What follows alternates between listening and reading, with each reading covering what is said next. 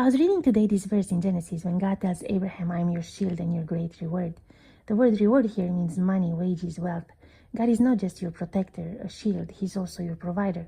He will always meet all your financial needs.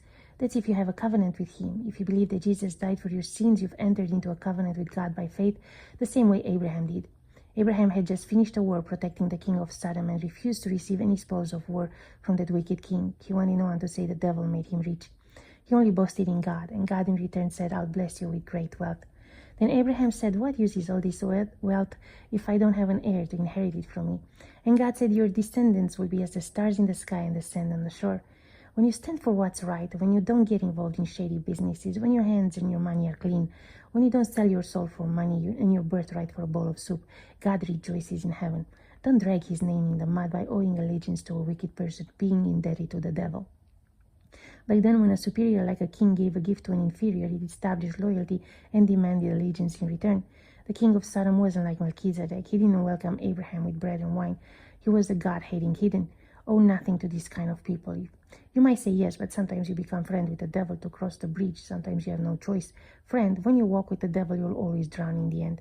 You always have a choice, even if it's do the right thing or die, like Shadrach, Meshach, and Abednego.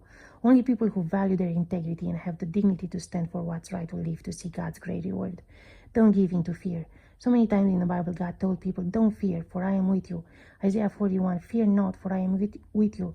Be not dismayed, for I am your God. Deuteronomy 31, do not fear, for it is the Lord your God who goes with you. The reason you shouldn't fear is because He is with you.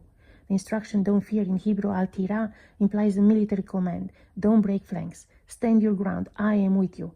God will hold the line with you. You're not fighting the enemy by yourself. That's why Jesus told the disciples, why are you so afraid? You still have no faith. When they accused Him of not caring that they are all drowning, He was there with them. All they had to do was ask, Jesus, help, or have the faith to command the waters themselves. But instead they thought God will drown together with them. God will never drown, and He will make sure you won't drown either if you just trust Him. Keep your mouth shut and walk around Jericho and you'll see the walls fall. Don't speak words of doubt and unbelief. But first make sure you're in the right boat. You're not heading the wrong way like Jonah to Tarsus or Sodom and Gomorrah. And you're not sailing at the wrong time like Paul, who warned the crew of the boat he was embarking on that God said a storm is coming.